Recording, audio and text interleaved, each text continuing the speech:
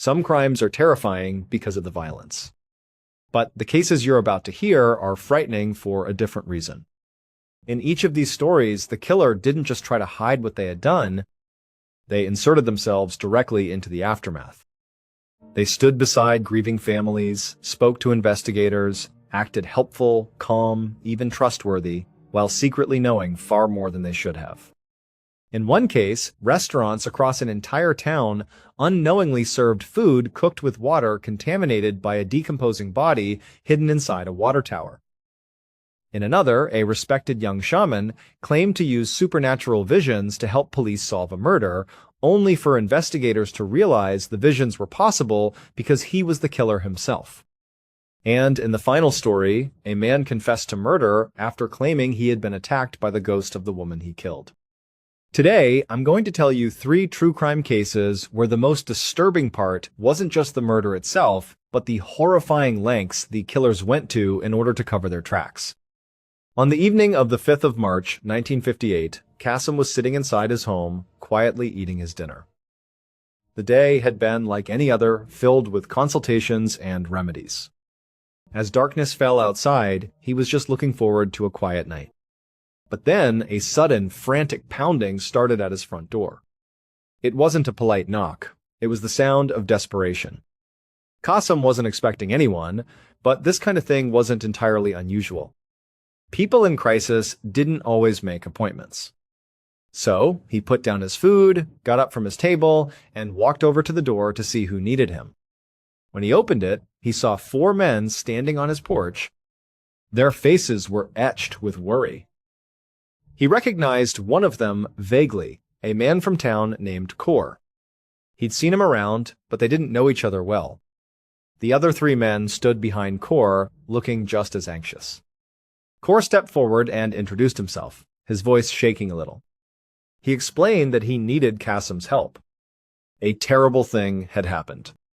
His wife had gone missing the night before. He said he had spent the entire day searching for her, calling out her name, checking with friends and family, but she was just gone. He was at his wit's end, and someone had suggested he come to the Bomo. He hoped, he pleaded, that maybe Qasim could use his spiritual gifts to help find her. Hearing this, Qasim felt a knot of apprehension in his stomach. He was confident in his abilities as a healer. He knew how to mix herbs, how to perform blessings, how to calm a troubled spirit. That was his world. But finding a missing person was something else entirely. He had never done anything like that before. He didn't want to give these desperate men false hope. So, Qasim was honest with them. He looked at Kaur and said he wasn't sure if he could help, that this was outside of his usual practice. But seeing the raw fear in the men's eyes, he knew he couldn't just turn them away. He told them he would try. With that, Qasim invited all 4 of them into his home. They shuffled into his small living room, which also served as his consultation space. As they took seats on the floor mats, Qasim went into a small back room where he kept his supplies. He returned a moment later carrying a large ceramic bowl filled with charcoal and a small box of matches. He placed the bowl in the center of the room and instructed everyone to sit in a circle around it. He explained what he was about to do. He told them he was going to perform a meditation ritual, one designed to clear his mind and open it up to the energies of the world around them. The goal, he said, was to try and connect with the energy of Kaur's missing wife. If he could find that connection, he might be able to sense where she was. The men nodded, their eyes fixed on him. The room fell silent, filled only with the heavy air of anticipation. Qasim took a match from the box, struck it against the side, and touched the flame to the charcoal. A small orange glow started in the center of the bowl and slowly began to spread, the coals beginning to smolder and release a thin tendril of smoke. Then, Qasim did something that made the other men watch in silent awe. He leaned his head directly over the smoldering bowl and began to take huge, deep breaths, inhaling the thick smoke. He held each breath for a long moment before slowly letting it out. He did this again and again, his eyes closed in deep concentration.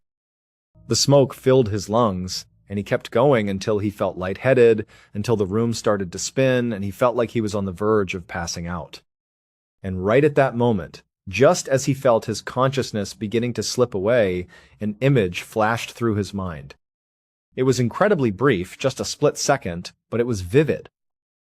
He saw a field, a vast expanse of light green that seemed to stretch on forever under a dark sky. It was just a field, nothing more, but the image was sharp and clear. As quickly as it appeared, it was gone. Kasim snapped his head back, gasping for fresh air, his lungs burning from the smoke. He looked at Kor and the other men, his eyes wide. He told them he had seen something. He knew where they needed to go. About 15 minutes later, the 5 men arrived at the edge of town. They stood before a huge, sprawling rice paddy bathed in the pale light of the moon. The young rice shoots gave the entire field a distinct, light green color. It was identical to the one Kasim had seen in his vision. Without a word, they fanned out and began to search. They moved slowly through the mud and water of the paddy, their eyes scanning the ground for any sign of a person, any clue at all. The air was still and quiet. After just a few minutes of searching, one of the men suddenly called out. He had found something. Kasim, Kor, and the others hurried over to where the man was pointing. In the middle of the paddy, there was a large pile of straw. It looked completely out of place, like someone had deliberately gathered it and heaped it up. It was big enough to be covering something significant. Hesitantly, one of the men reached down and began pulling away the damp straw. As he removed the top layers, a shape began to emerge from underneath. And then they all saw it. It was Kor's wife. She was lying at the base of the pile, her clothes torn, her body covered in blood. Her eyes were lifeless. She was dead. Within the hour, the police had arrived and secured the scene. The lead officer was a man named J.C. Sabui. He was a practical, experienced policeman who had seen a lot in his years on the force. He listened patiently as Kor and his friends recounted the night's events, including the part about the Bomo and his vision. Sabui was, to put it mildly, skeptical of anything involving magic or visions. To him, it was far more likely that Kasim had simply heard a rumor or stumbled upon the body by chance and then created the vision story to make himself look important. But for now, that wasn't his primary concern. He had a murder to solve. The initial report from the scene was grim. The victim had been severely beaten to death. But there was another key detail. Sabui learned from Kor that his wife had been an avid collector of jewelry and always wore several rings, a necklace, and bracelets. When her body was found, however, all of her jewelry was gone. This immediately suggested a motive: robbery. It was a plausible theory, but Sabui knew better than to jump to conclusions. In cases like this, the husband was always the first person you looked at. So, about 30 minutes later, Sabui was sitting across from Kor in a small, bare interview room at the police station. Kor was still in shock, but he answered Sabui's questions. He told the officer that the night before, his wife had decided to go for a late-night walk by herself. He said it was something she did occasionally to clear her head. She had left the house and simply never came back. When Sabui asked if he knew anyone who would want to hurt her, Kor said no, but he immediately brought up the missing jewelry again. He seemed very insistent that it must have been a robbery, that someone must have attacked her for her valuables. Sabui listened, but he felt a sense of unease. The story about a spontaneous late-night walk felt a little thin. And Kor's eagerness to push the robbery theory felt a bit like he was trying to direct suspicion away from himself. Still, the missing jewelry was a hard fact. It was strong physical evidence that supported the robbery motive. So, Sabui decided to pursue both angles. He would keep a close eye on the husband, but he would also dedicate resources to finding the missing jewelry and tracking down any known thieves in the area. For the next 4 days, the investigation went nowhere. Sabui and his team worked around the clock. They searched the area around the rice paddy again and again, looking for a murder weapon or any other clues. They questioned local informants, trying to see if anyone had heard about a new stash of stolen jewelry being sold on the black market. They re-interviewed Kor, pressing him for more details about his marriage and his wife's habits. But they came up with absolutely nothing. Every lead was a dead end. The case had gone completely cold. Sabui was getting frustrated. The pressure from his superiors and the community was mounting. He felt like he was missing something obvious, but he couldn't figure out what it was. As he sat at his desk on the fourth day, staring at the case file, his mind kept drifting back to the one bizarre element of the whole story: the Bomo, Qasim. Sabui didn't believe in visions, not for a second. But he couldn't ignore the fact that Qasim's so-called vision had led them directly to the body. It was the only break they'd had in the entire case. He felt a bit foolish even considering it, but he was desperate. He had nothing else to go on. He decided that, as a last resort, it couldn't hurt to talk to the shaman one more time. On the morning of March 9th, 4 days after the body was found, Officer Sabui found himself knocking on Qasim's front door once again. When Qasim answered, Sabui explained the situation. He told him the investigation had stalled, that they believed the missing jewelry was the key to finding the killer, but they had no idea where it was. He asked Qasim, since he had been so helpful before, if he would be willing to try his ritual again. Maybe, just maybe, he could see something else that could help them. Qasim seemed reluctant. He told Sabui, just as he had told Kaur, that he was a spiritual healer, not a crime solver. He wasn't comfortable being so deeply involved in a police investigation. But he also acknowledged that he was already involved. His vision had led them to the body, and he felt a certain responsibility to see it through. He told Sabui that he would try.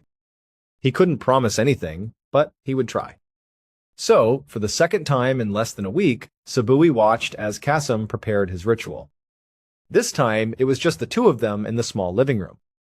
Qasim lit the bowl of charcoal and once again began to deeply inhale the fumes, his eyes closing as he entered his trance.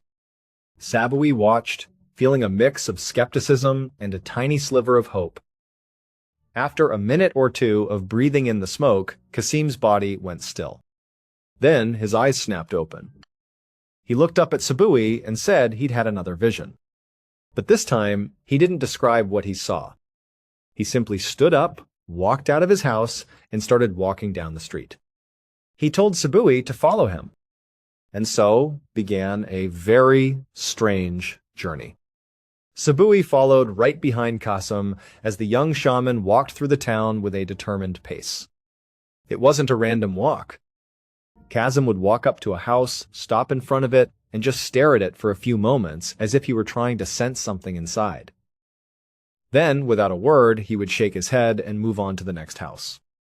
They did this for what felt like an eternity. They looped through neighborhood after neighborhood, with Qasim stopping and staring at house after house. Hours began to pass. The sun climbed higher in the sky. Sabui's initial hope began to curdle back into his usual skepticism. This was a waste of time. He started to feel like a fool for even coming here. The first vision might have been a lucky guess, but this was clearly just a performance. This was going absolutely nowhere. He was just about to tell Qasim that this was enough, that they were done, when suddenly Qasim stopped again.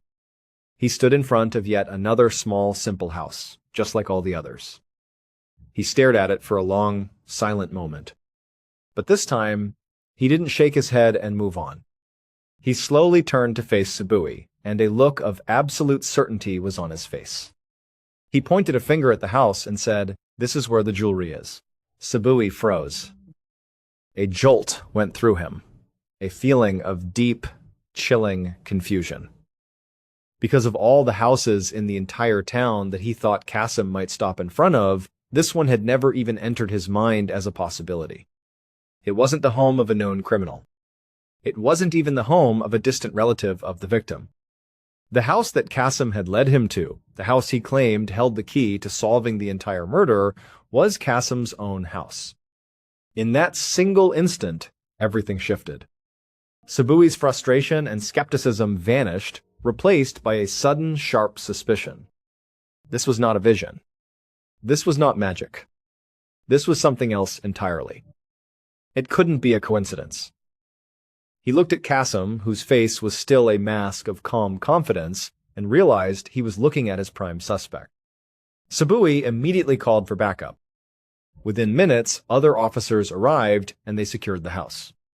Sabui then informed Kasim that they were going to conduct a search of his property. They searched the small house from top to bottom. They looked in every drawer, under every floorboard, in every container.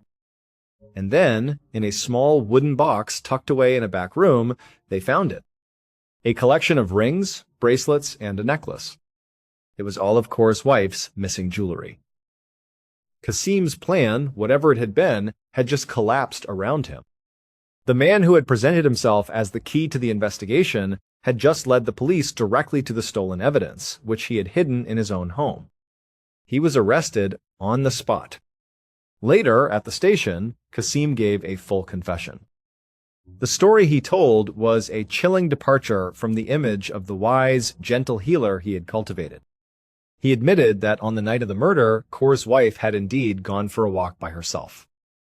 By a fatal stroke of bad luck, her path had taken her right past Kasim's house. He had seen her, and he had seen the valuable jewelry she was wearing. In that moment, greed had taken over. He attacked her, killing her in the process, and stole her jewelry. Afterwards, he had concocted an elaborate and devious plan to cover his tracks. He took her body to the remote rice paddy and hid it under the pile of straw. He knew that when her husband, Kaur, grew desperate enough, he would likely come to the local boma for help. And that's exactly what happened. Kasim's plan was to discover the body through a mystical vision. This would make him look like a hero, a powerful spiritualist who was helping the community. It would place him completely above suspicion. Who would ever suspect the man who found the body? For a few days, his plan worked perfectly. But his arrogance was his downfall. When the police investigation stalled and they came back to him for more help, he saw another opportunity to reinforce his powers and control the narrative. He thought he could stage another dramatic vision that would lead them to the jewelry. Perhaps he intended to frame a neighbor, or perhaps he believed he could create a story so convincing that the police would think the real killer had planted the evidence in his home to set him up. But leading them on a long, winding tour of the town only to point to his own front door was a fatal miscalculation. The police didn't see a framed psychic. They saw a killer who had made a catastrophic mistake. Kasim bin Osman was tried and convicted of murder. His confession, combined with the discovery of the stolen jewelry in his house, left no room for doubt. He was sentenced to death. The aftermath sent a shockwave through the small town. The man they had trusted with their spiritual well-being, the person they looked to for guidance and healing, was a cold-blooded murderer. It was a betrayal that shook the community to its core, a dark reminder that evil can often wear the most convincing of masks. And in all three cases, the murderers thought they had come up with a perfect cover story. One person hid the body in a place where an entire town inadvertently consumed the evidence. Another pretends to help solve the very murder he committed. And a man became so terrified by what he had done that he eventually confessed to a dead woman whom he claimed had come back for revenge. Thank you for watching.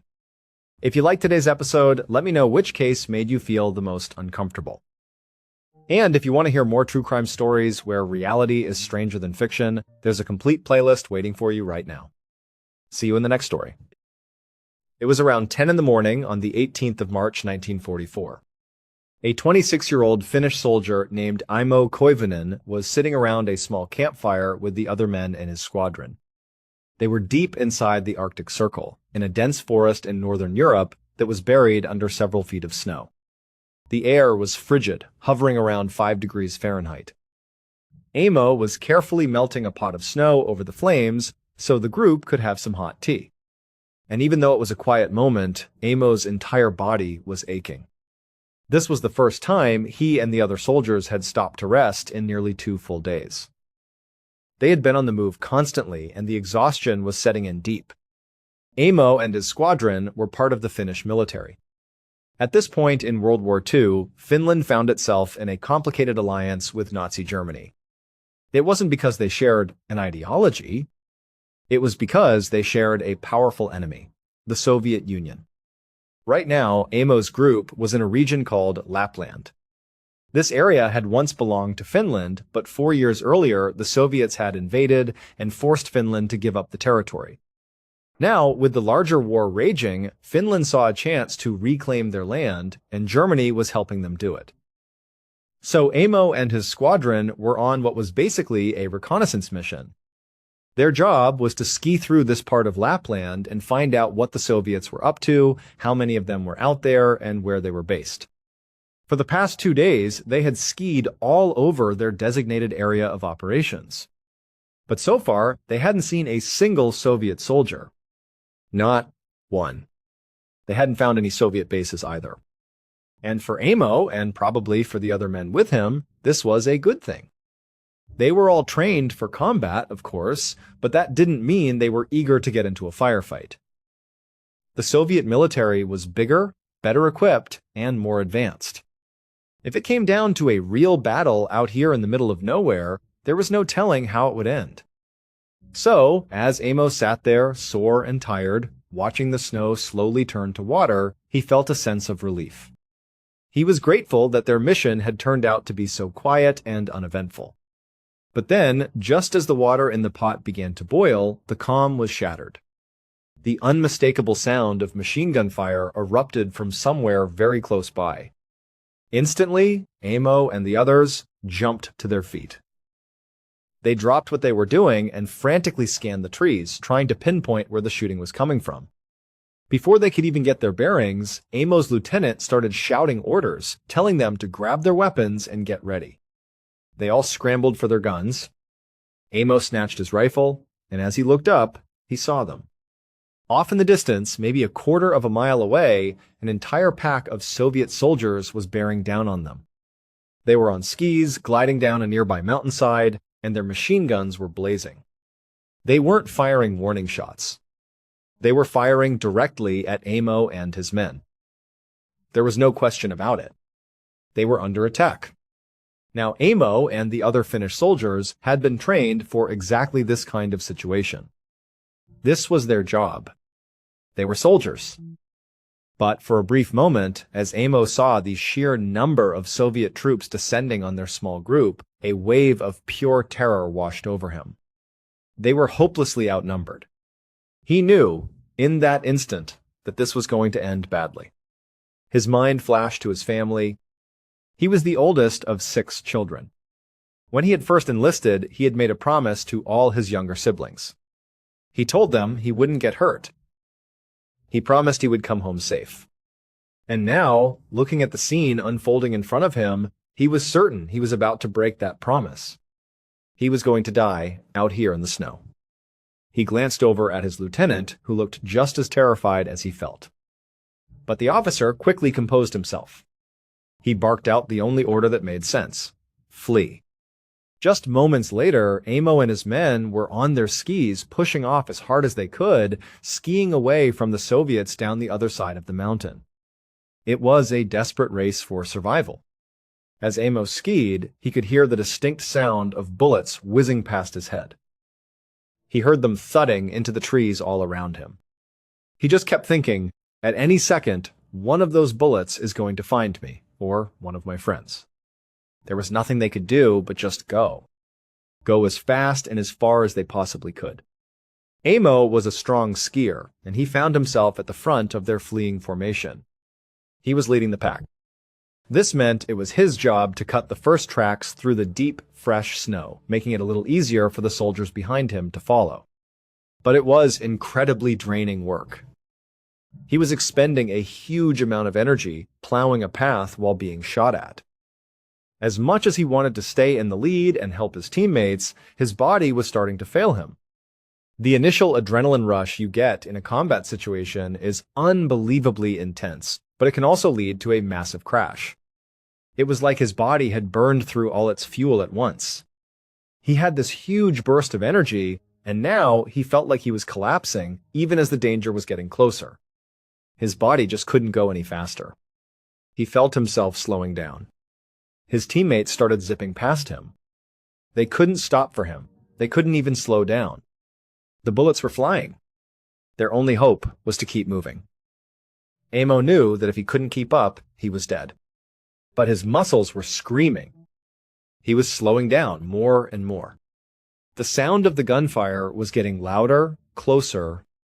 He thought about his siblings again, about how devastated they would be when they got the news that he had been killed. Slower and slower he went.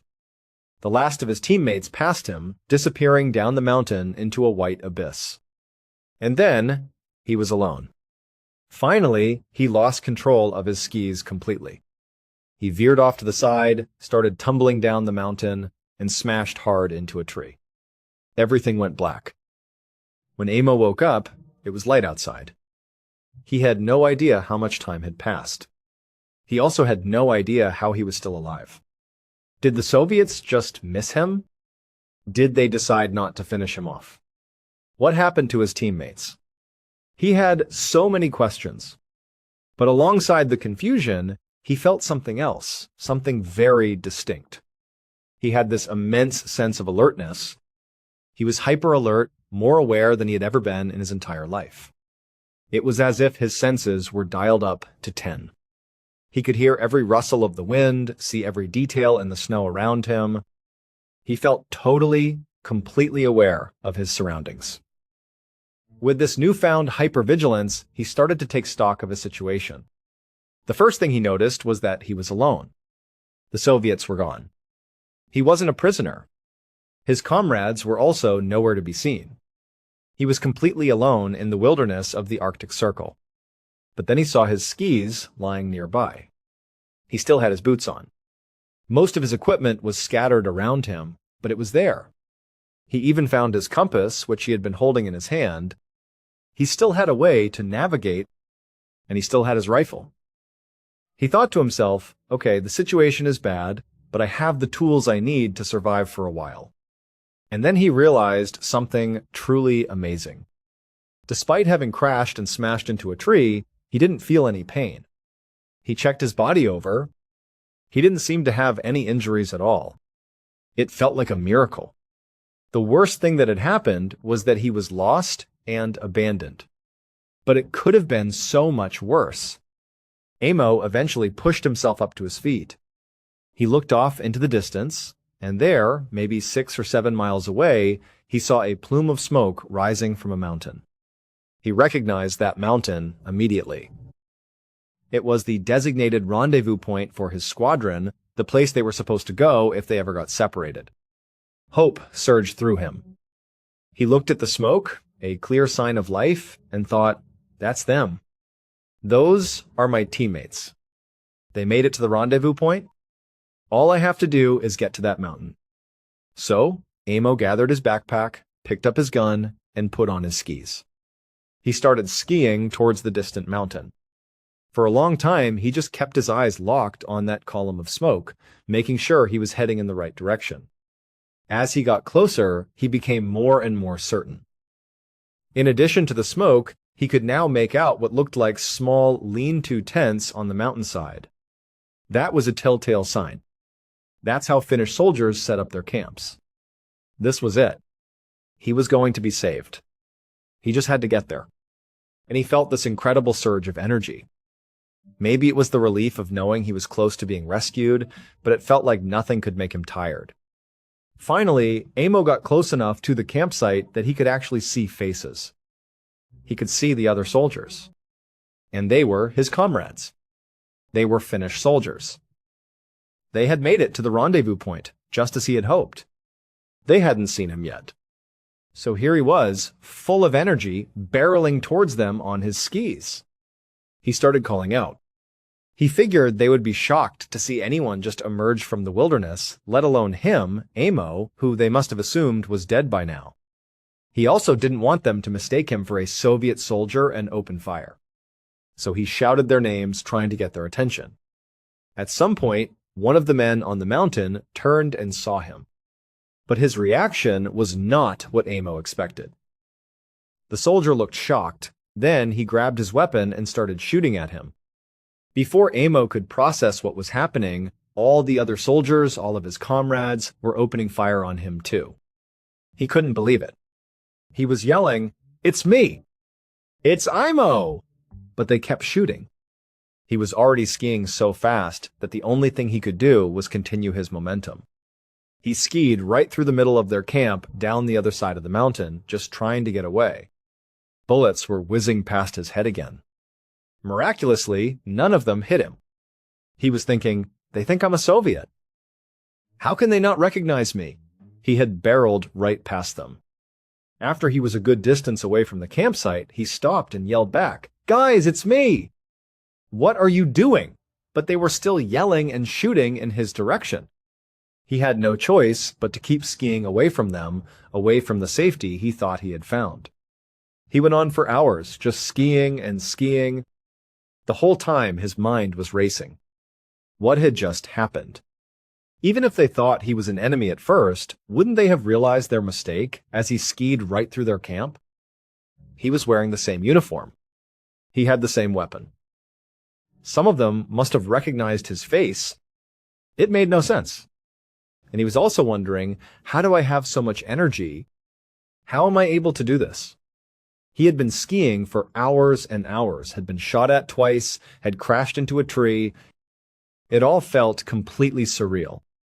Amo just kept skiing until it was abundantly clear he was out of shooting range.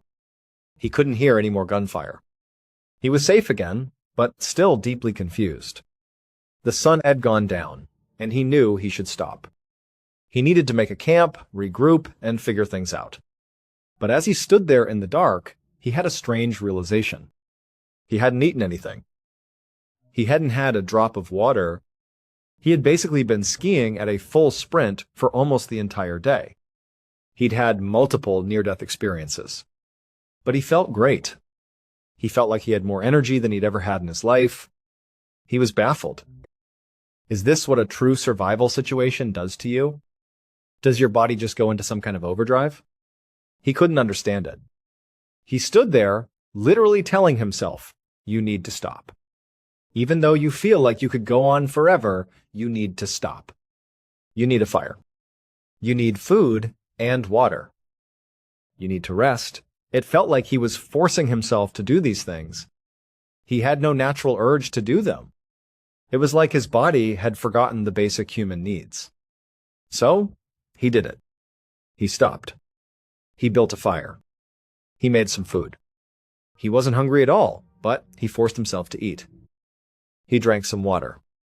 Then he told himself, okay, now I'll rest. And in the morning, I'll figure out what to do next. He lay down in the snow to go to sleep. He should have been completely and utterly exhausted. But he wasn't. He couldn't sleep at all.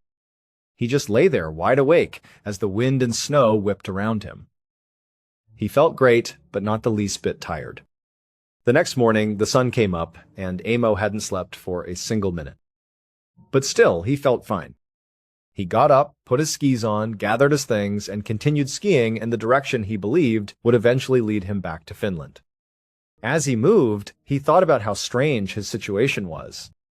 When the Soviets first attacked, his mind had been clear, but his body had failed him. His legs had gotten so tired from breaking the trail that he crashed. But now, it was the complete opposite. His mind felt delirious. He couldn't keep his thoughts straight. But his body was like a machine. It just kept going, no matter what. He skied almost without thinking, his body on some kind of autopilot. He skied for hours and hours, just pushing forward in one direction. The whole time, he didn't see another person. He was truly out in the middle of the Arctic Circle. No more Soviets, no more teammates. Just him and the endless snow. He didn't even know if he was going in the right direction, but he had to do something. He just had to keep going. That night, as he was still skiing in a straight line, not stopping, he saw something unbelievable. Up ahead, there was a person. It was the first person he had seen since the ambush at the campsite. And what was even more unbelievable was that he recognized the person. It was one of his teammates, a man named Matty. They had been together when the Soviets first attacked. Amo was flooded with relief. Matty must have gotten separated too. It was a miracle that they had found each other. Amo skied right up to Matty, waving him down. He was so happy to see a friendly face. Maddie looked over at him, and thankfully, he didn't shoot. Instead, he put a finger to his lips, telling Amo to be quiet. He then beckoned him over. When Imo got next to him, he had a million questions. What do we do now? Where are we going? But Maddie just told him again to be quiet, and then he gestured for them to lie down on the ground. Amo didn't understand what was going on, but he trusted Maddie. He wasn't being shot at, which was a good sign. So, the two of them just lay down together in the snow. And for the first time in what felt like a very long time, Imo felt tired. He closed his eyes, and he drifted off to sleep almost immediately. When Amo woke up again, he was not lying in the snow with Maddie. He was standing up on his skis, moving down a mountain at a steady pace, as if he were on a mission. Maddie was nowhere to be found. And on top of that, Amo realized he didn't have his backpack anymore. And he didn't have his gun. He had no idea how long he'd been skiing for or where he was going. It was as if he had magically gone from being passed out in the snow to being in the middle of skiing. At this point, Amo knew something was seriously wrong with his mind. He told himself, I must be hallucinating. How else could I have been with Maddie 1 second and now I'm here? It just didn't add up. As he continued to ski mindlessly along, he started to accept his fate. He thought, this is what dying feels like. You lose your mind before your body gives out. His mind was all over the place, but his body was still going at full tilt, full of that unexplainable energy. He knew that at some point that energy was going to run out, and then he would just die. That's what was going to happen. Amo's only hope was that between now and then, maybe, just maybe, someone would find him and save him. He knew it was a long shot, but it was all he had left. And so he skied on. No weapon, no backpack, no supplies. He was operating on no sleep, and he was just skiing. For days and days, he didn't stop. He couldn't believe his body was holding up. His mind was gone, but he just kept going. He didn't run into anyone. But then one day, days later, as he was skiing along, something appeared in front of him, almost like a mirage. It was a building. He couldn't tell if it was a military outpost or a civilian building. He didn't know if it was Finnish or German or Soviet. But even in his fractured mental state, he knew he had to make a choice. He could try to get to that building and hope that whoever was inside would help him. Even if they killed him, it was a better option than what he was doing now, which was just an endless ski towards his own death. So, Amo started skiing faster and faster towards the building with a kind of reckless abandon. He was fully committed. This was either his rescue or his end. As he got closer, he saw that it was a military installation. And unbelievably, it was a German military installation.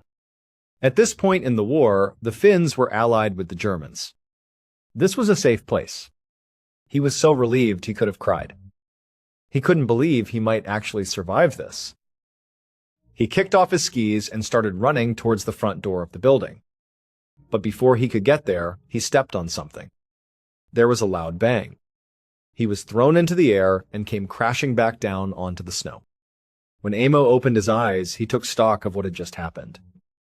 He still didn't feel any pain, but when he looked down, he saw that his foot was a bloody mess. There were literally bones poking out of his ankle. He had clearly stepped on a landmine. But Amo was determined to get into that building. He pulled himself up, channeling that unbelievable endurance he'd been feeling for days. He stood up on his one good foot and started hobbling his way towards the door.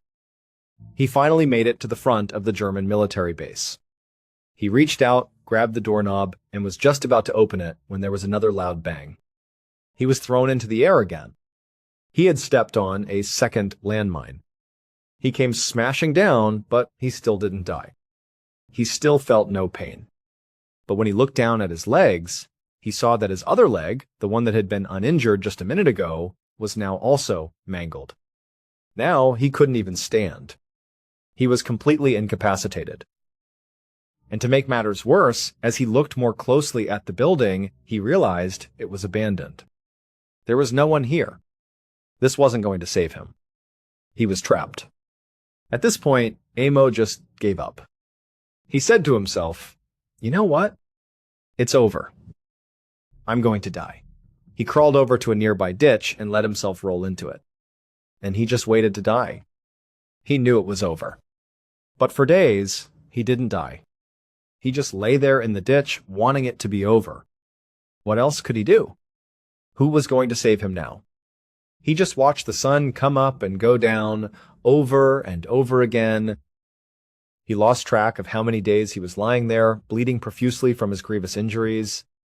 He hadn't eaten. He hadn't had water. He couldn't believe he was still alive.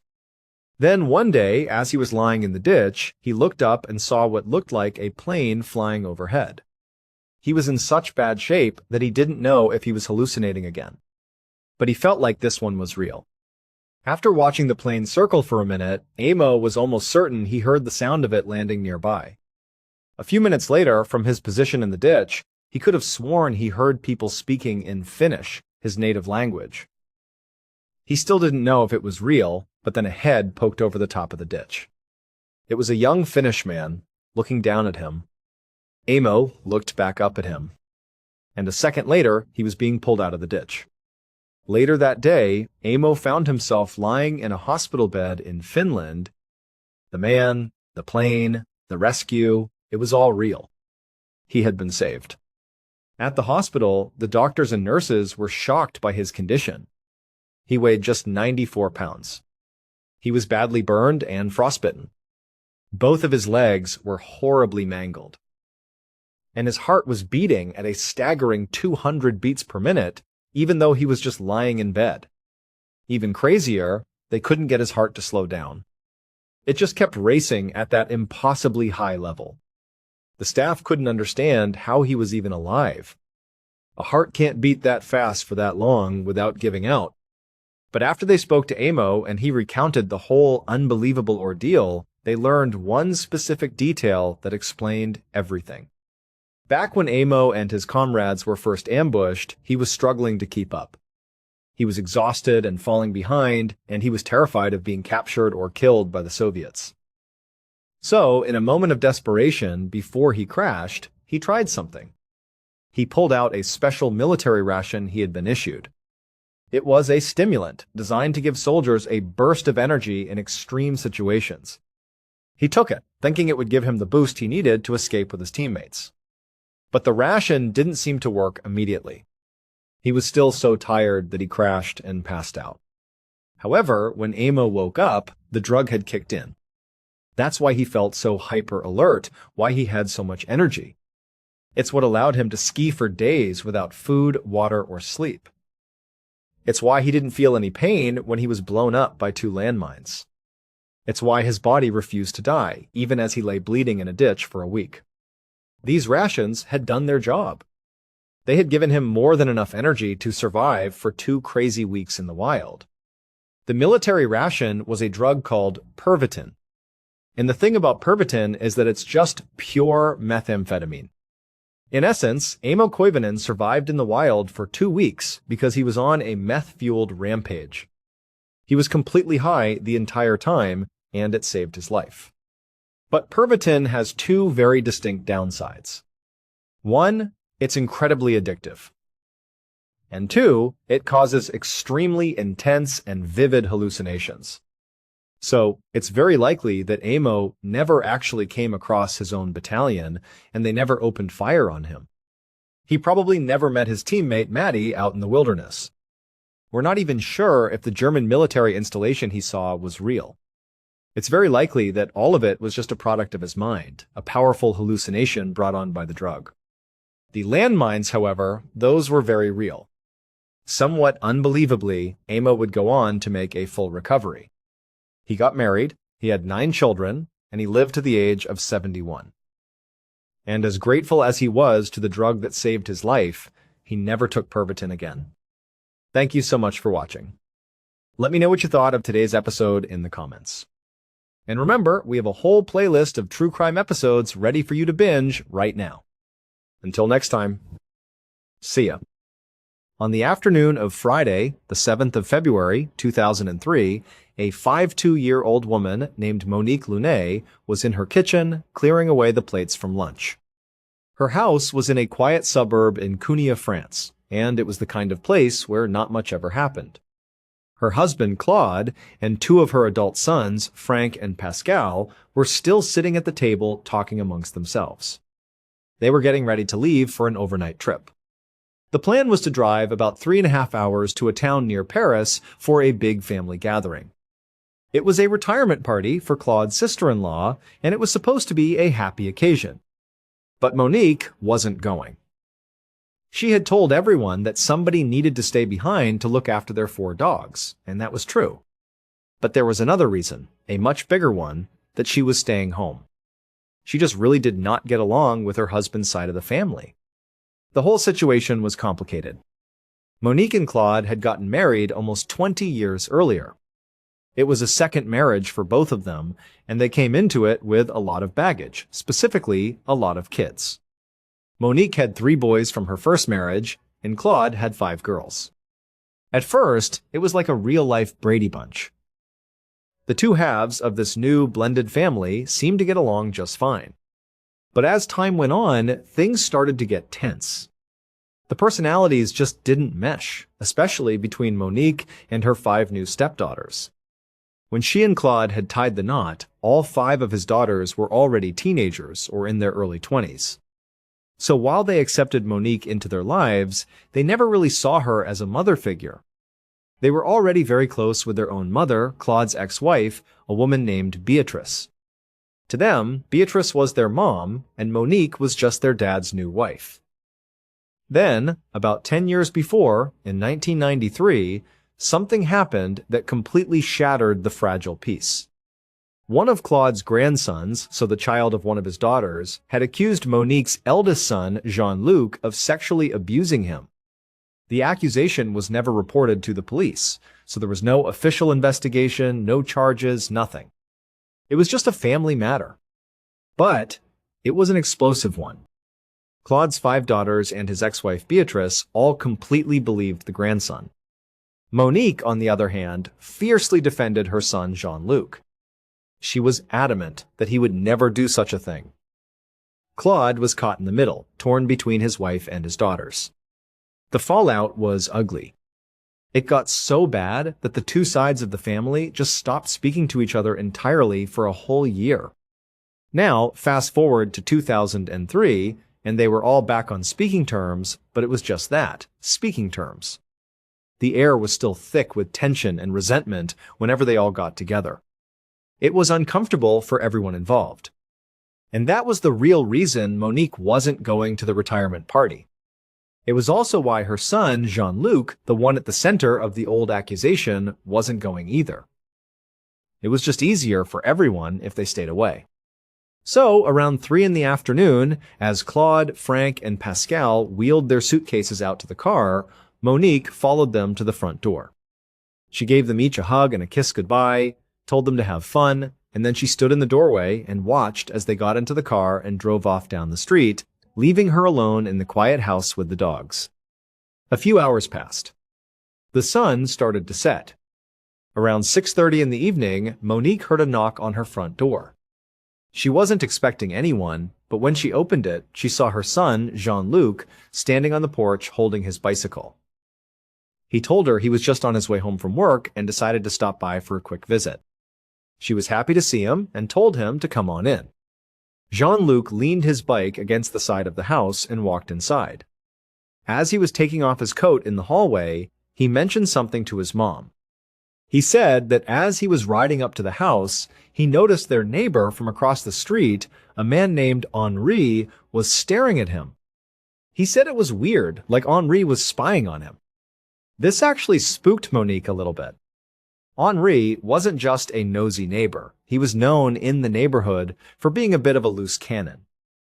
He had this bizarre obsession with people parking in front of his house.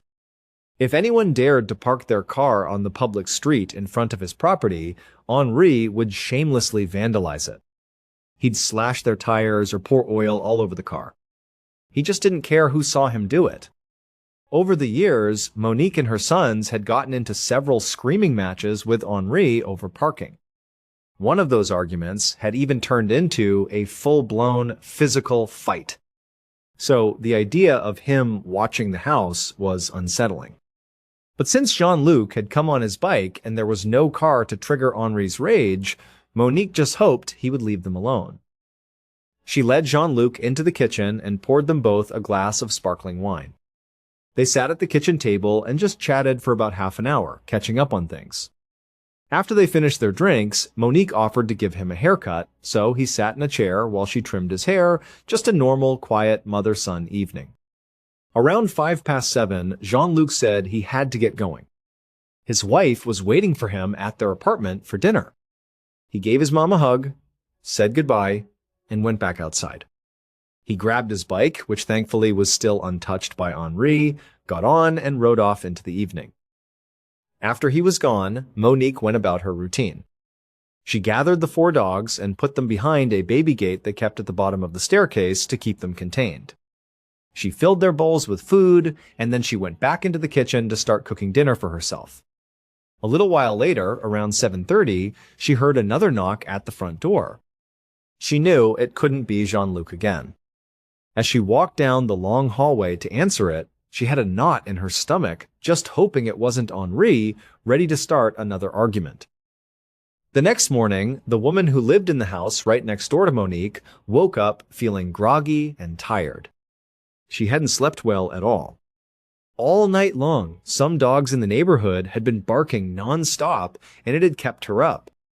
She got out of bed and walked over to her bedroom window, pulling open the blinds. Sunlight flooded into the room, making her squint. As her eyes adjusted, she glanced down from her second-floor window into the yard of the 2-story white house next door, Monique's house. And that's when she saw something. There was a dark shape lying in the middle of the paved walkway that led up to Monique's front door. It looked out of place. The neighbor pressed her face against the glass, squinting to get a better look. And then her heart stopped. She realized what she was seeing. It was a body, lying face down on the pavement. In a total panic, the woman stumbled back from the window, ran out of her room, grabbed the phone, and frantically dialed the police. A couple of hours later, Judiciary Police Captain Ann P. pulled her car up in front of the white 2-story house. The street was already blocked off with crime scene tape, and a medical examiner's van was parked out front.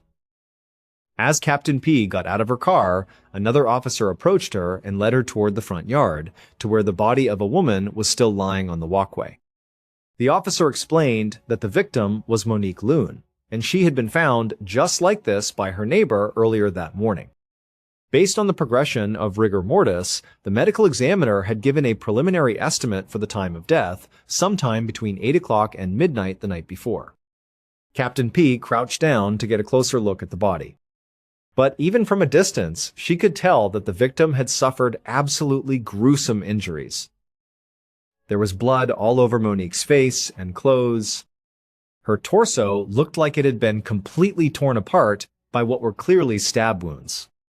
Just from a quick visual assessment, P guessed the woman had been stabbed at least a dozen times, maybe more. She also noticed something else right away. There were obvious defense wounds all over Monique's hands and forearms. This told her 2 things. First, this was definitely a murder. And second, Monique had put up a very, very serious fight against her attacker. After a few more moments of observing the body, P stood back up. She asked the officer if any of the neighbors had seen or heard anything unusual the previous night. The officer shook his head and said, "No, not really." The only thing anyone had mentioned was that Monique's 4 dogs had been barking non-stop for most of the night, starting at around 8 o'clock. P nodded, making a mental note of that. Then she walked over to the front door of the house to check for signs of forced entry. The door was closed. She examined the frame and the lock, but saw nothing. No splintered wood, no pry marks. But as she scanned the area, she did see a faint, bloody handprint on the exterior wall, right next to the door. P carefully turned the handle, which was unlocked, and opened the door. The sight that greeted her was chilling. The hallway just inside the entrance was a horrific scene, absolutely covered in blood. There were splatters on the walls, pools on the floor. It was clear that a violent struggle had taken place right there. P stepped inside, being extremely careful not to contaminate the scene, her eyes scanning every detail. She walked slowly down the hallway, peering into the other rooms. She noticed that the vast majority of the blood was contained to the entryway. This reinforced her initial theory.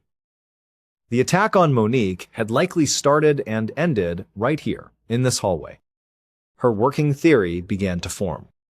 Someone had knocked on the door. Monique had opened it, and her attacker had launched their assault immediately. But then, as P stepped back outside and looked down at the front walkway again, she noticed something that just didn't add up. Despite the massive amount of blood inside the house right by the door, there was absolutely no blood on the walkway between the door and the spot where Monique's body was found. Not a single drop. Given how much blood Monique had clearly lost inside, P found it highly unlikely that she would have been able to run all the way out into the yard after the attack. So, she started to wonder if perhaps the body had been moved after she died. Monique was a large woman. If her killer had not only been able to overpower her in a fight, but also carry or drag her body that distance, P had to assume that the killer was likely very strong. In her mind, the profile of the suspect was starting to solidify. She was looking for a big, strong man. But what she couldn't figure out was the motive for moving the body. Why would a killer risk being seen dragging a corpse out into the front yard where any neighbor could look out their window and see them? It didn't make sense. Unless, for some bizarre reason, they wanted Monique's body to be found as quickly as possible. And since it seemed that Monique had willingly opened the door for her killer, P was almost certain that it had to be someone she knew. Around noon on that same day, Saturday, February 8th, Captain P was about to head next door to speak with Monique's neighbor herself when a car suddenly pulled up to the curb. 3 men got out.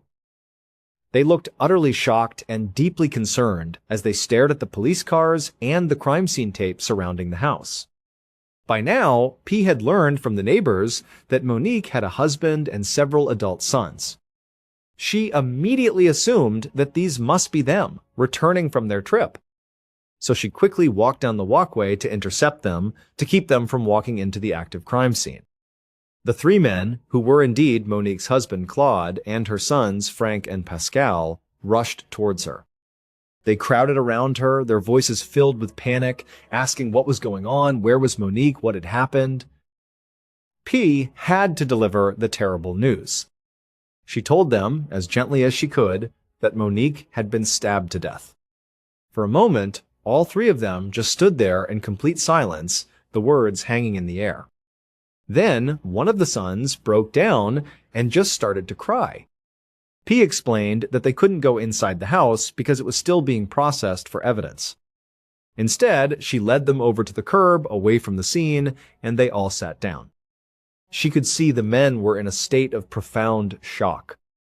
Even though one son was crying, it was like the other 2 couldn't even process the reality of what she had just told them. But as difficult as it was, she needed to ask them questions while the details were still fresh. She pulled out a notepad and gently asked them about the last time they had seen Monique. Claude told her that they had all left the house around 3 o'clock the previous afternoon, leaving Monique at home by herself. He explained they had gone to the family gathering near Paris, stayed the night, and had only just gotten back into town moments ago. They had seen the police presence and had no idea what was going on. P then asked Claude to give her the names of everyone in their family, all the adult children from both sides, Claude's ex-wife, Monique's ex-husband, everybody. As Claude listed the names, he made a point to tell her that he just couldn't imagine anyone in their family being capable of something like this.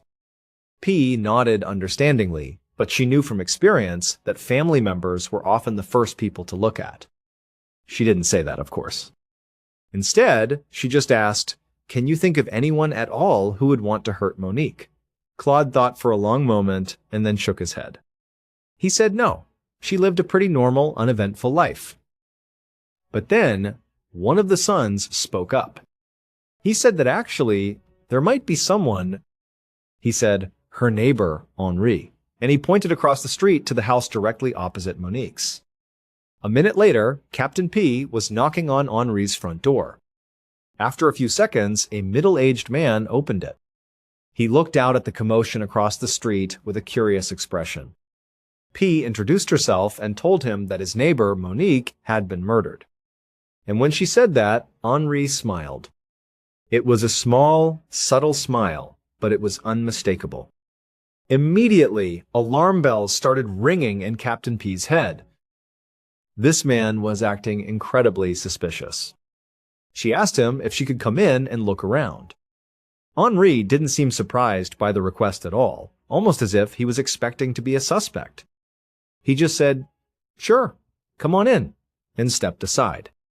P entered the house and began a thorough search of every room. She went through the living room, the kitchen, the upstairs bedrooms. But despite looking everywhere, she found no traces of blood, no recently cleaned areas, nothing at all that seemed suspicious or out of place. Eventually, she made her way back to the living room where Henri was waiting. She asked him where he was the previous evening. He told her very casually that he and his wife were right here at home. P thought it was a pretty weak alibi, just his wife's word against the world, but she made a mental note to follow up with the wife later to confirm his story. Next, P asked Henri if he had seen or heard anything out of the ordinary the night before.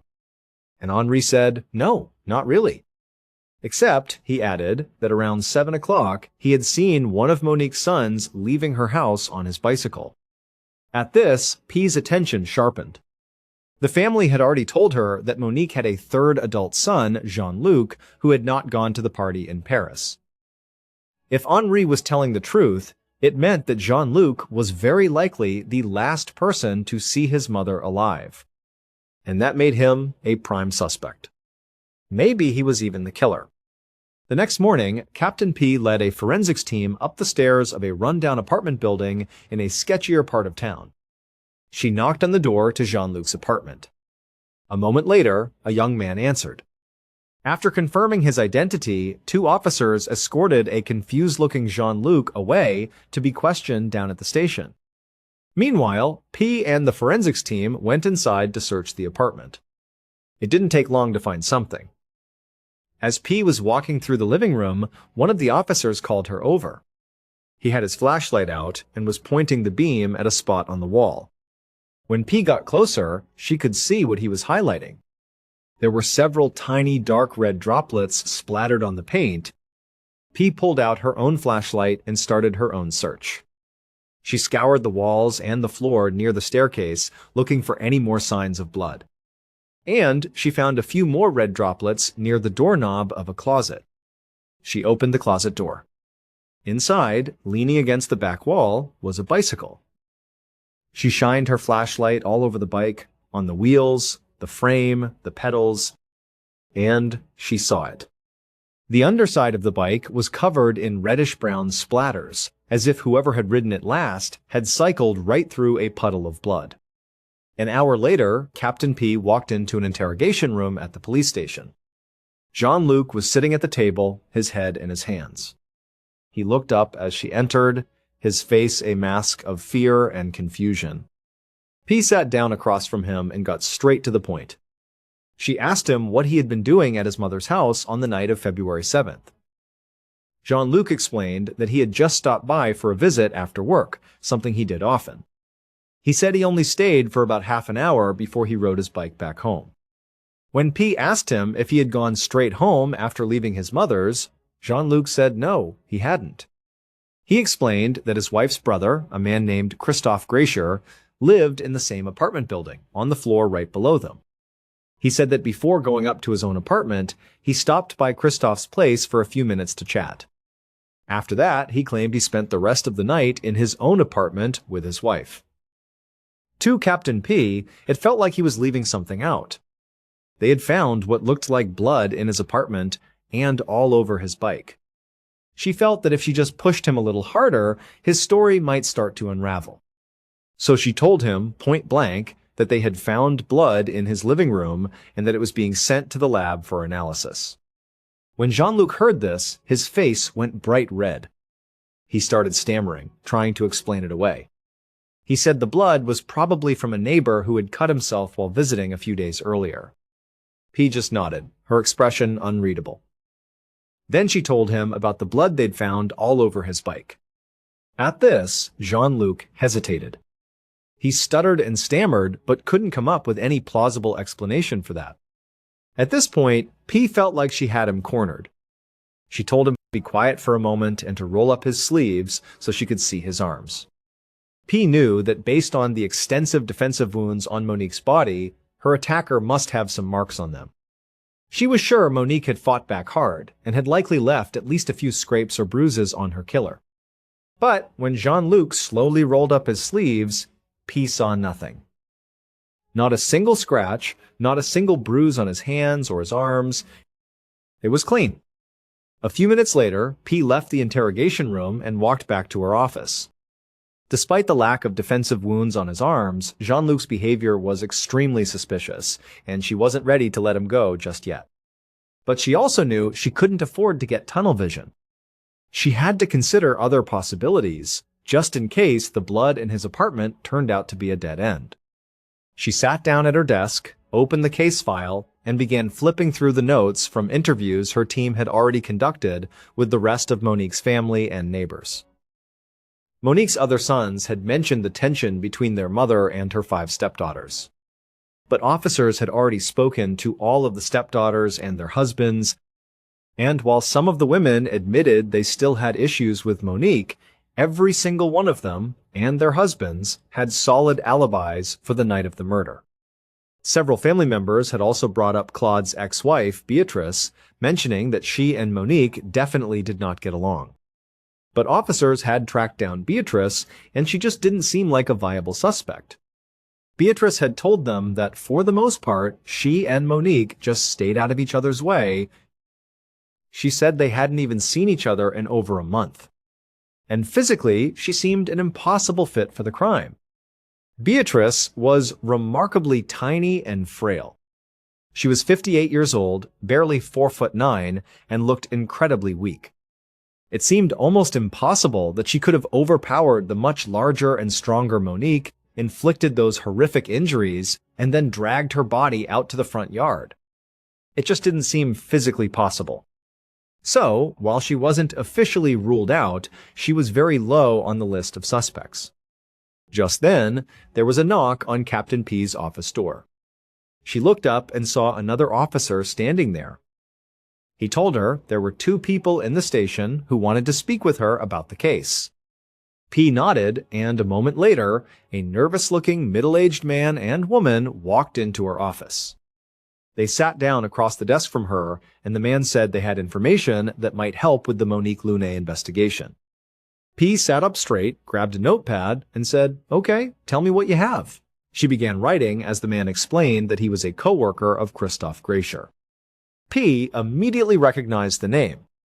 That was Jean-Luc's brother-in-law, the person Jean-Luc claimed he had visited on the night of the murder, right after leaving Monique's house. The man sitting across from her said that just a few hours ago, he'd gotten a phone call from Christophe's number. But when he answered it, all he could hear was a muffled conversation between 2 women in the background. At first, the man thought it was just a pocket dial, maybe Christophe's kid playing with the phone. But he said that when he put his phone on speaker, he and his wife, the woman sitting next to him, both started listening very closely. And they were able to make out bits and pieces of the conversation. The 2 women on the line were clearly talking about needing an alibi, and they said something about a man named Jean-Luc. The couple said they heard one of the women say something like, "It's not Jean-Luc's fault, he's depressed." And then they mentioned something about a pair of pants that needed to be washed. Captain P could hardly believe what she was hearing. Any lingering doubts she might have had about Jean-Luc being the killer pretty much vanished in that moment. This sounded like a cover-up. She took down the couple's names and contact information, showed them out of her office, and as soon as they were gone, she grabbed her keys. She was heading straight for Christophe's apartment. By this point, Christoph had already been brought in for questioning, and he had completely denied knowing anything about Monique's murder or the strange phone call that was supposedly made from his number. But P hoped that a search of his apartment might tell a different story. She walked through each room of the apartment until she found the laundry area. She put on a pair of latex gloves, opened the washing machine, and reached inside. She pulled out a pair of men's pants. They were still damp, as if they had just been washed that day. She held the pants up to the light and saw a distinct brownish stain on one of the legs. She also noticed that the pants looked like they would be way too small for Christoph, who was a tall, burly man. But they looked like they would be a perfect fit for a smaller guy, a guy like Jean-Luc. Later that same day, which was now Monday, February 10th, just 2 days after Monique's body was found, Captain P was back in her office when her phone rang. She answered it. It was a technician from the crime lab. He told her they already had the preliminary results from the samples that had been sent in for testing. P braced herself, ready for the news that would hopefully seal the case against Jean-Luc. But what the technician told her was the exact opposite of what she expected. He said that the stains on the bicycle were indeed blood, but it was animal blood. He went on to say that the other little droplets of blood found in Jean-Luc's apartment, the ones on the walls and near the closet door, were human blood, but they were not a match for Monique.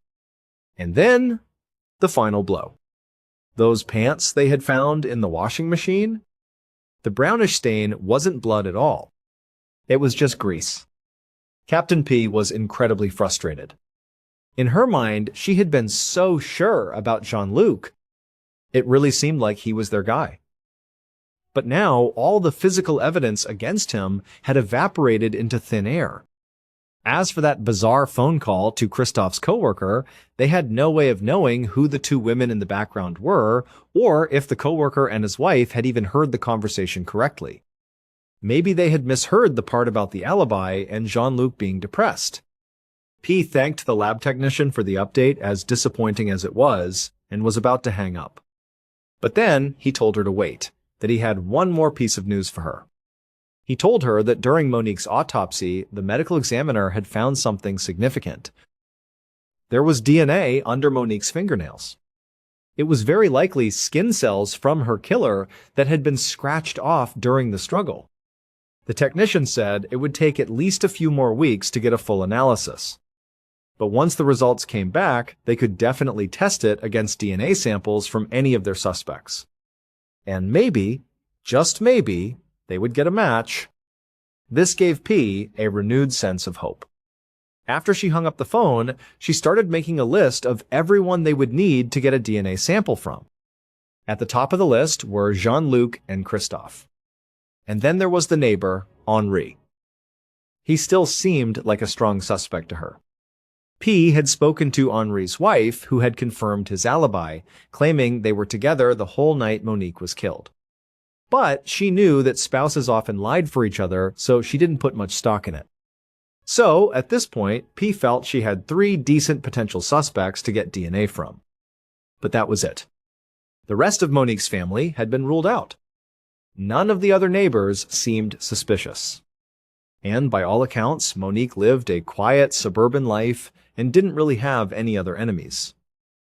P had a nagging feeling that something was missing, that there was a piece of the puzzle she just wasn't seeing. She decided that in the time she had while waiting for the DNA results, she was going to find it. Over the next few weeks, that's exactly what Captain P did. She pored over all the evidence they had collected, reading every report, looking at every photo. She re-interviewed all the family members and spoke to all the neighbors again.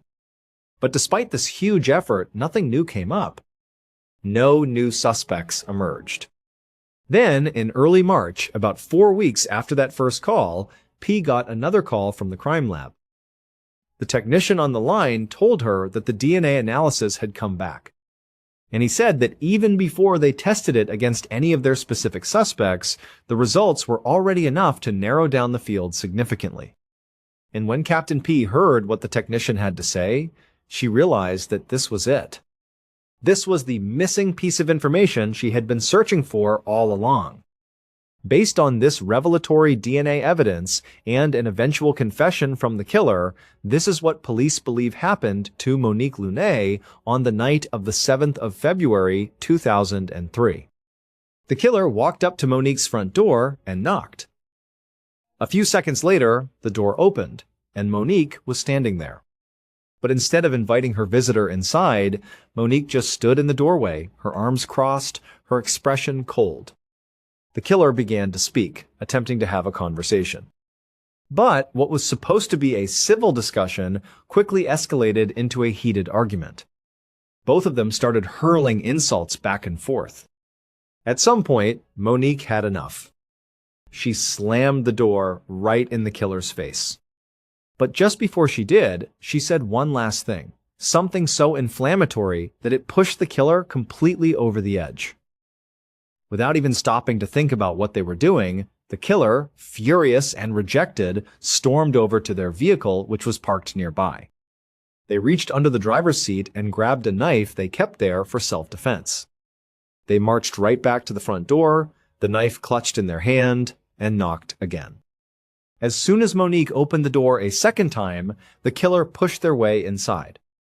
And with a surge of uncontrollable rage, they just started stabbing her.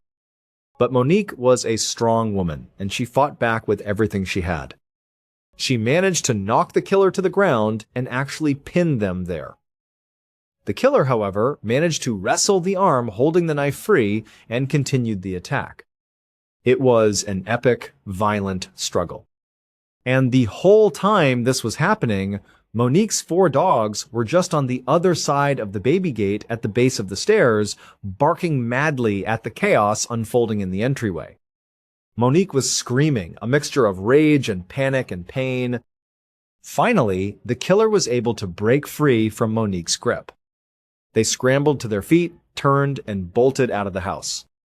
The killer ran across the yard, jumped in their vehicle, and started to drive away. But as they pulled away from the curb, they looked back and saw Monique stumble out of the front door. She took a few unsteady steps down the walkway, and then she collapsed to the ground. But the killer didn't wait around to see if she was dead. They just sped away. They drove to a nearby supermarket parking lot and threw the murder weapon, the knife, into a public trash can. Then, the killer went home and burned their blood-stained clothes in their stove, believing that would be enough to destroy any evidence linking them to this horrific crime. They thought they were safe, especially since they knew they were the last person anyone would ever suspect of such a violent murder. It would turn out the killer was the 4-foot 9-inch tall, tiny, frail Beatrice Matisse, Claude's 8-year-old ex-wife. In her confession to police, she claimed she had gone to Monique's house that night to finally try and bury the hatchet after all the years of feuding between the two sides of the family. But she said the bad blood just ran too deep. And when Monique apparently insulted Beatrice's daughters, that was the final inflammatory line she'd shouted before slamming the door. Beatrice said she just snapped. Beatrice had been ruled out as a suspect early on, primarily because of her small size. It seemed impossible that she could have committed such a brutal act. The police theory had been that the body was moved, which would have required a lot of strength. But it turned out Monique's body wasn't moved at all. She had stumbled out there herself. She was apparently so full of adrenaline after the attack that she had managed to chase Beatrice out of the house before she finally collapsed and died. And she did that after being stabbed over 50 times and losing a massive amount of blood. Because Monique had fought back so fiercely, she had managed to get traces of Beatrice's DNA under her fingernails. And so, the DNA analysis came back and immediately showed that the killer was a woman. Further testing eventually confirmed that it was a match for Beatrice. As for the strange phone call, investigators never figured out for sure who made it. But their best guess was that the women heard in the background were Christophe's mother and sister, and it was just an innocent conversation about Monique's murder that the coworker had simply misunderstood and misinterpreted. Beatrice Matisse was arrested on the 29th of March 2003. She confessed to the murder immediately, though she later tried to take back her confession. She was eventually found guilty and sentenced to 15 years in prison. It was a tragic end to years of simmering family hatred, a conflict that finally boiled over in a moment of unimaginable violence, all because of a quiet woman who nobody ever thought was capable of it. Thank you so much for watching. Let me know what you thought of today's episode in the comments. And remember, we have a whole playlist of true crime episodes ready for you to binge right now. Until next time, see ya. Tonight, I have 2 great stories, but I couldn't figure out how to tease them like I do at the top of these episodes. I realized that what makes these stories special is that they're both great campfire stories. 2 teenage girls named Rachel and Molly lived in a quiet, rural New York in the late 1990s. Best friends, they were inseparable and part of a large high school group that spent a lot of time together. Still, Rachel and Molly had a special bond within that larger circle. 2 of them were often seen together, sharing secrets and navigating high school. Love of goth culture brought them together and bonded their group. High school goths had a distinct identity in the late 1990s and early 2000s. It meant wearing mostly black. Black nail polish, lipstick, and a deep black hair coloring. Celebrate all things dark and macabre. Others saw it as a philosophical exploration of life's darker side and a way to express their non-mainstream feelings. Many saw it as a fashion statement, a way to stand out and feel special. It was a distinct subculture in the late 1990s, and Rachel and Molly were fully committed to it. They liked the music, fashion, and atmosphere. A favorite hangout for Rachel, Molly, and their goth friends was the local cemetery. It was initially a joke, an ironic performance of their identity. Where else would the goth kids hang out than a cemetery? Their first few trips there were humorous because it felt too predictable. Odd thing happened. The cemetery was actually cool to hang out in. They were never bothered there in the peace. So it became their seat. It was their weekend hangout. The cemetery was usually visited at night by Rachel, Molly, and their friends. This maximized the dark, spooky atmosphere they were going for, leaning goth. A more important rule was that they always went together. Rachel and Molly were never alone. They always hung out with several of their friends. This had several causes. First, more people meant more energy and conversation, making it more fun. Though they loved it, the cemetery was creepy at night. Numbers provided safety. It felt less intimidating and more like their own park with a group. Rachel was home alone on a Friday night, bored, when the phone rang. Was Molly. Caller Molly was cheerful. Rachel replied immediately when she asked, "Hey, you want to go hang out in the cemetery?" "Duh," she said. They did it on weekends. "I'd love to go." "Come pick me up." Rachel got ready after saying goodbye. It was her usual all-black outfit, makeup, and waiting outside for Molly's car. A few minutes later, Molly's headlights turned onto her street, and the car pulled up to the curb. Rachel saw Molly alone in the car first. It was odd. When they picked her up for cemetery nights, the car was usually full of friends. Rachel entered through the passenger door. While buckling her seatbelt, she asked Molly, "Hey, so where is everyone? Are we going to pick up the rest of the group now?" Molly dismissed her. "In fact, no," she said. "I tried calling everyone else, but they're all busy. Some are working, some are hungover from last night. It's just going to be us 2 at the cemetery. Is that okay?" Rachel had an uneasy feeling. Really, this was wrong. They did not do this. The cemetery hangout was about group dynamics and shared experience. Just one person made me feel more vulnerable. There was no problem with her closeness to Molly. Being in that big, dark cemetery without their friends made them uncomfortable. She looked over at Molly, who seemed to have accepted it. Rachel didn't want to be negative or crude. It seemed impossible to say no now. So she smiled and said, "Oh yeah, that's fine. It'll be great, just the 2 of us. Let's go." Despite her hesitation, she sat down and they drove the half-mile to the cemetery. The cemetery was massive. A massive, ancient burial ground stretched for miles. A massive, medieval-looking gate with a wrought iron archway spanned the entrance, greeted you as you approached.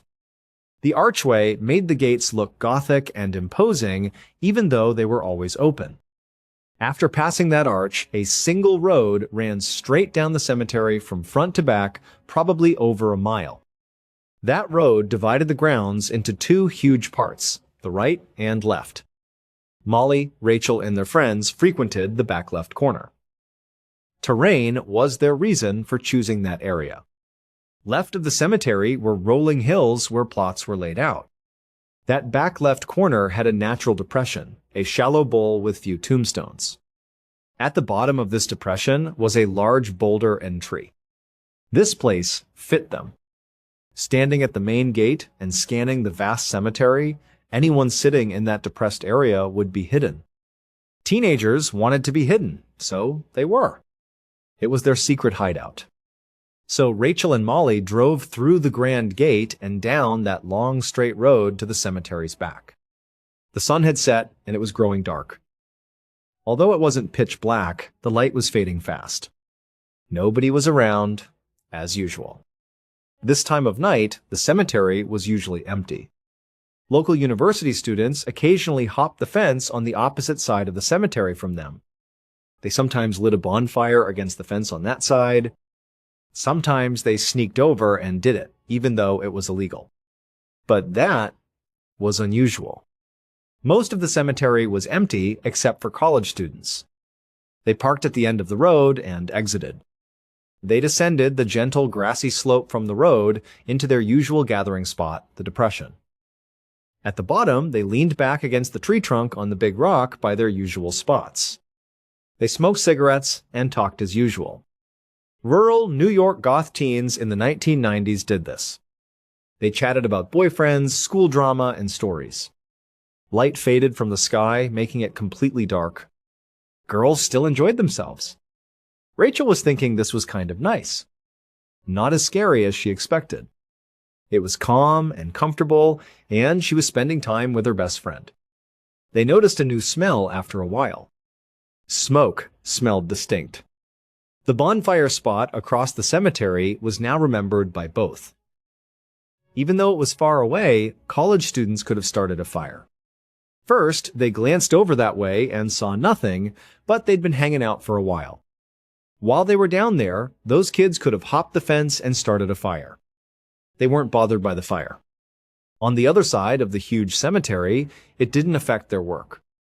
Rachel and Molly knew from past experience that the police always arrived at bonfires there. Predestined. They were kicked out after the police made the kids put out their fire.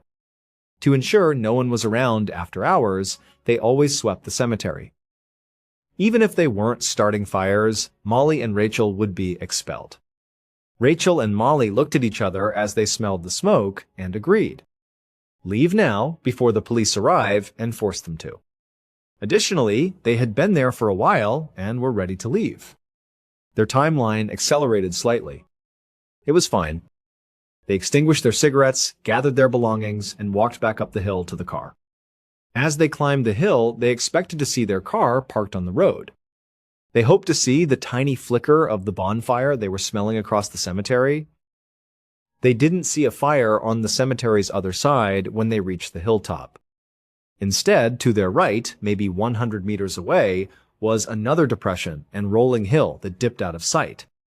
They saw flickering flames from that direction. The fire started in the depression next to their cemetery, not across it. This was odd. This side of the cemetery was empty when they arrived.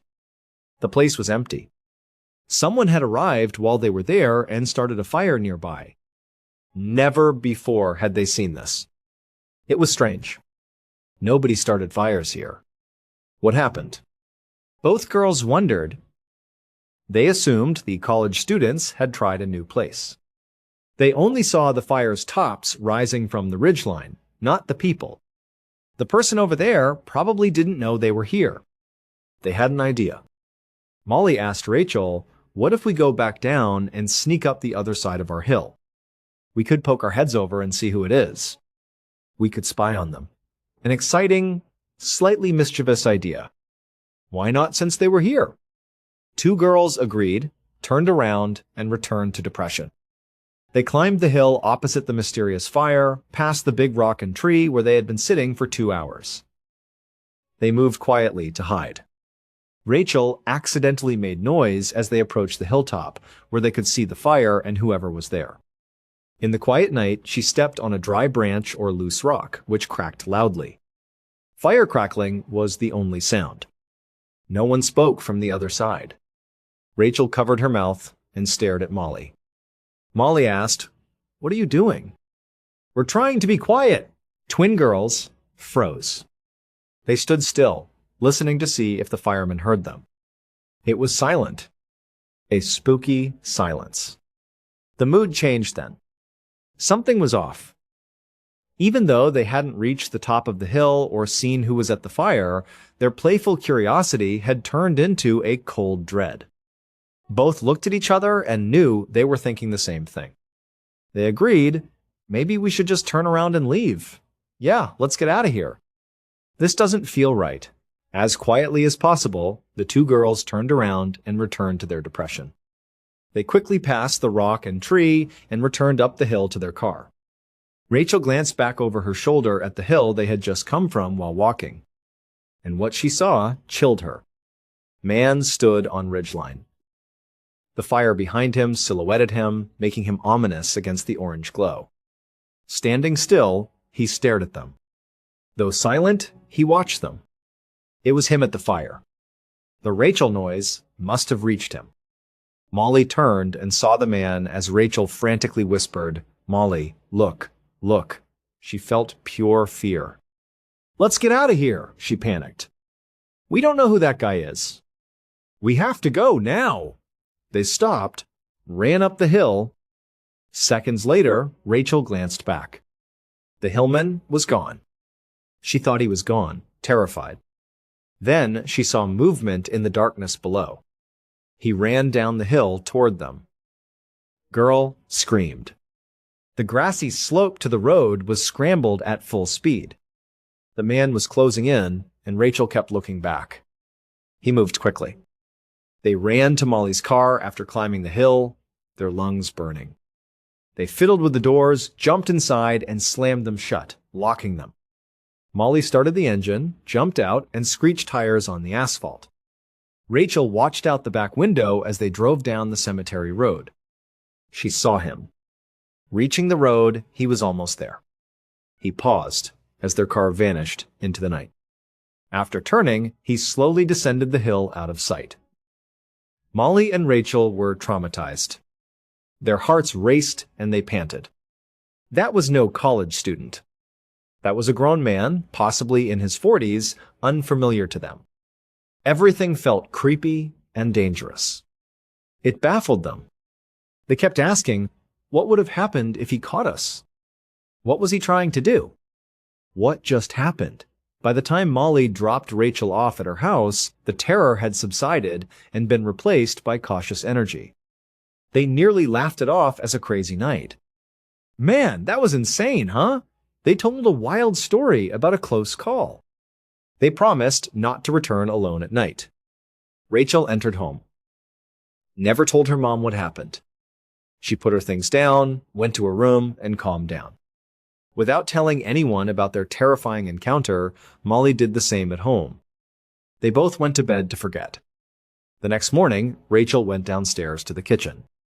Mom was making coffee and going through her morning routine. She asked, "Hey, how was your night last night?" Rachel shrugged. "Oh, it was fine. Me and Molly went out." "No big deal." Her mother looked serious. Ripped her head. "Oh, did you hear what happened last night?" Her mother asked gravely. "No, what do you mean?" "What happened?" "Well, a woman in our town got kidnapped. She was taken from the parking garage where I park for work.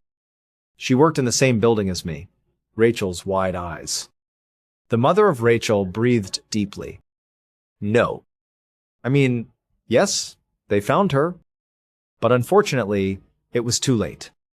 When they found her, she was dead." And whoever kidnapped and killed her, they brought her body to the local cemetery last night. And they burned her in a huge bonfire. Her mom let the words sink in. Whoever did it still hasn't been caught. Hearing this felt like the floor fell out from under Rachel. Her world fell apart.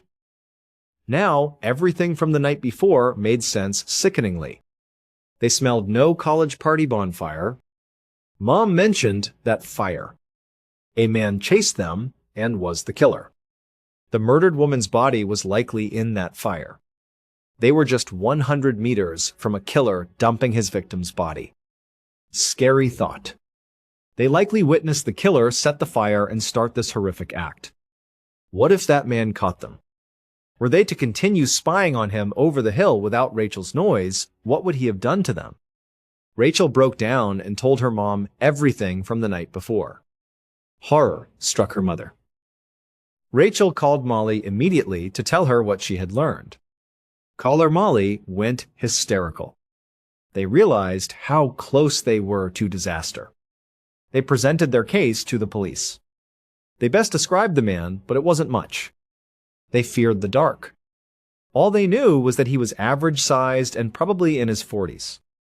It wasn't specific. Fortunately, police caught the killer 48 hours later. Not because of the girl's description, but luck. Police saw the victim's car driving around town. Car stopped, and the driver was the killer. After arrest, he confessed. Not surprisingly, Rachel and Molly never saw that cemetery the same. They feel lucky when they think about that night. Rachel's accidental noise as they approached the fire may have saved them. One accidental sound made them pause, reconsider, and turn around to leave. That saved them because if they had crested that hill and met the killer, they may have both died in that bonfire. I served in the military before starting this channel and telling strange, dark, and mysterious stories online. 7 years as Navy SEAL. I thought that was my life's purpose and career. Getting hurt made it not the right fit for me in the long run. The rest is history after I left the service. My military experience includes many funny stories about our brutal training and some scary stories about my overseas service. Experiencing my first deployment to Afghanistan has always stood out to me as a special memory. That it's not a war story helps it stand out. The Navy SEAL training took almost 3 years of my life. An arduous process. I finally arrived. SEAL Team 2 in Virginia was my East Coast assignment.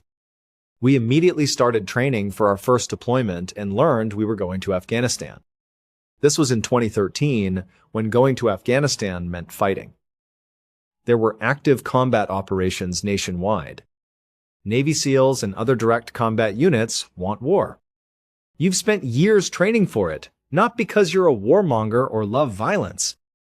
You want to prove yourself and do your best after all your hard work. Thus, I was preparing for battle. It was deployment day. In a typical SEALs flight, the team isn't sent out together. It's unsafe. That plane crash could kill a platoon.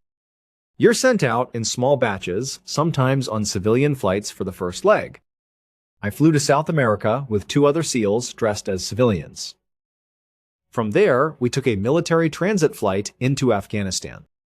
I was focused throughout. The end. I've prepared for this. Here goes. The last leg of the trip, the flight into Afghanistan, was on that military plane. The military pilots made 2 changes when we entered active war zone Afghan airspace. A dark red replaced the aircraft's white overhead lights. They then told us to avoid windows over the intercom. We were approaching the most dangerous part of the flight, landing. You didn't want to sit next to a window if the plane was shot at from the ground. It wouldn't matter where you were sitting if the plane was hit by a rocket-propelled grenade, but it was a stark reminder that we were about to enter a war zone. Also intense was landing these large transport planes in combat zones. They needed to minimize ground-level small arms fire at them. Lower people are more vulnerable. They would land combatively. They would dive straight down toward the runway and pull up at the last second to land abruptly. It was rough. We were on this crazy landing, red lights glowing, everyone tucked away from the windows, and my mind kept repeating, "Okay, we're ready for Afghanistan." Fob Shank is a well-fortified base where we landed safely. The massive ramp at the back of the plane lowered after taxiing. Since my gear had been shipped on pallets weeks earlier, I grabbed my pack. I had only my backpack. I and a teammate walked down the ramp onto the tarmac. We existed. First sighting of Afghanistan. I didn't see the country the first time because the plane windows were tiny portholes and we were told to avoid them. Honestly, standing there and looking around was breathtaking. Afghanistan's beauty is astounding. These massive snow-covered mountains and beautiful wide-open fields surrounded us 360 degrees. The land appeared unspoiled. The jagged scar on the earth was the NATO base, where war was launched. Contrast was striking. I didn't understand. This place was too beautiful to fight. That feeling did not last. We were quickly led to a holding area, grabbed our gear, and loaded into MRAPs or heavily armored military vehicles. These are IED-resistant 50-ton beasts. We drove from that big base to a smaller, more remote, forward-operating base in the sticks. It was more vulnerable, and we would operate there for 6 months. Our new home arrived late that night. This primitive outpost was in the middle of nowhere. When we arrived, the SEAL team we were replacing was finishing their deployment. There were interpreters who are crucial to the war effort. These interpreters were mostly 20-somethings who had worked on these bases with American units for years. They couldn't leave the base because they worked with NATO. As traitors, the Taliban and other militant groups targeted them. These interpreters believed that working with NATO would allow them to leave Afghanistan and immigrate to the US. Some fulfilled that promise. And these guys were tough. They fought more than most soldiers. They witnessed some incredible events. I met our partner force and interpreters right away because my platoon role involved working closely with them. SEAL Team 8, already there, was crazy. There had been 6 months of fighting. These huge men with massive beards seemed unconcerned about everything. My first night, I was super green. I met with one of our interpreters to learn the scope and expectations. We discussed possible operations and got to know each other. This 25 or 26-year-old interpreter leaned in and said, "Bro, bro," and they all used American slang they picked up from being around young soldiers and Marines all day. He asked, "Bro, have you heard the story of what was in the cave in Kandahar? We were in a different province." I soon learned that local interpreters and soldiers had a persistent, almost legendary story about a giant, big humanoid creature that lived in a cave in Kandahar's mountains. Afghanistan has endless mountains and caves. Humans have probably never explored many of these caves in remote areas. Indeed, this interpreter was serious. He declared, "Bro, I'm telling you, it's real. There was a giant up in the caves in Kandahar. Have you heard about this?" He seemed curious and wanted to know more. It planted a seed in my mind without further discussion that night. This interpreter, who had seen real combat and was not prone to fantasy, believed this weird story. The idea stuck. Many years later, I'm out of the military and writing strange, dark, and mysterious stories online. At the start of the channel, I was thinking about what stories to tell, and remembered the Kandahar giant.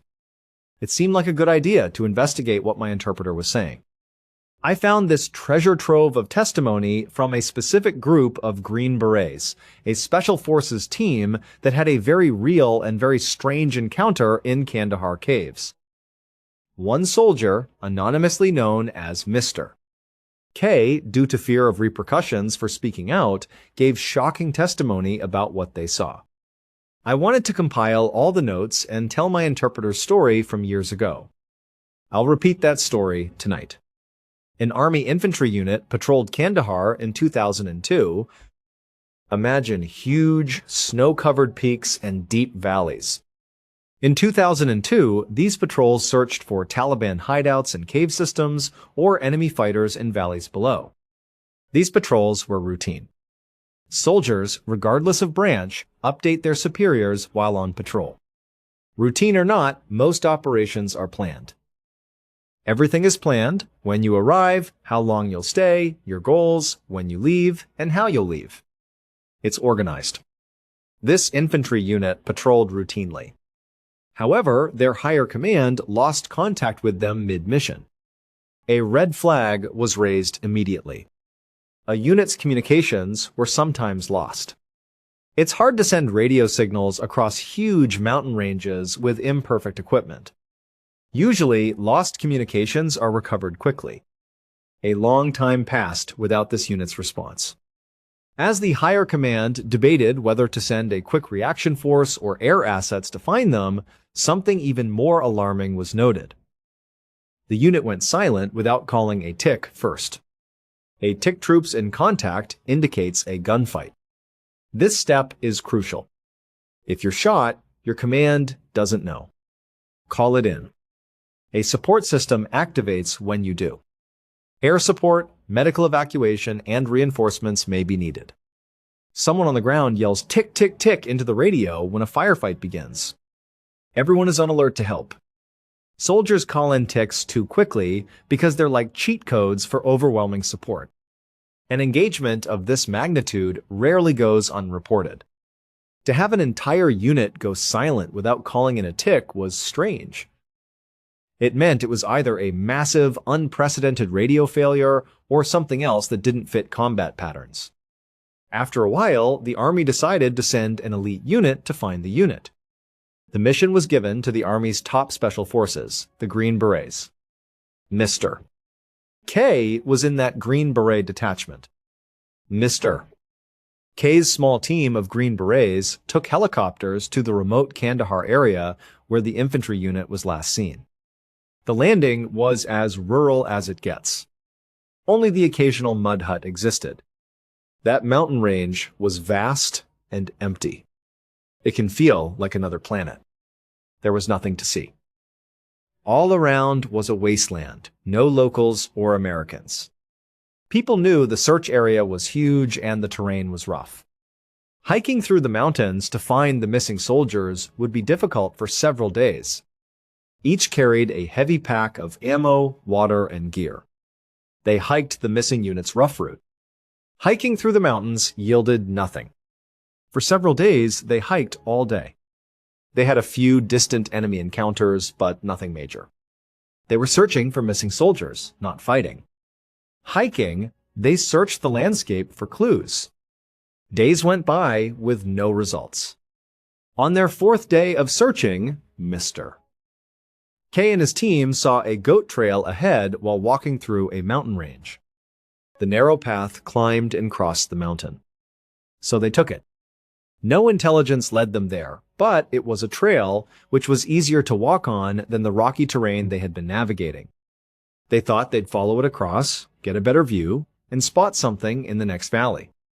Therefore, Mr. K and the Green Berets started up the winding goat trail. As they walked, they saw plastic and metal fragments on the path. They were initially unidentified. While climbing, they realized these were military equipment fragments. Radios and other equipment from an American infantry unit were included. Their senses were primed. The men had rifles ready, including Mr. K. They climbed the trail more cautiously, knowing they were on the right track, but that they could face danger. On top of this mountain, what would they find? Bloody ambush grounds?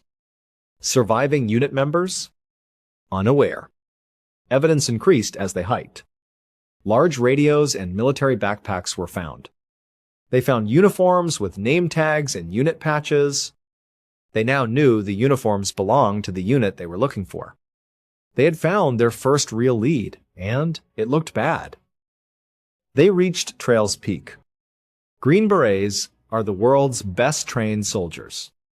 Regardless of how bizarre, their training would take over. They would have moved precisely and confidently, ready for anything. After climbing the trail, Mr. K and his team reached a flat plateau. 3 massive cave entrances opened up onto the plateau like front porch doors as the mountain rose above it. More military equipment was scattered on this plateau, but this time it was different. Some bones were human. Human bones were scattered. No one was here.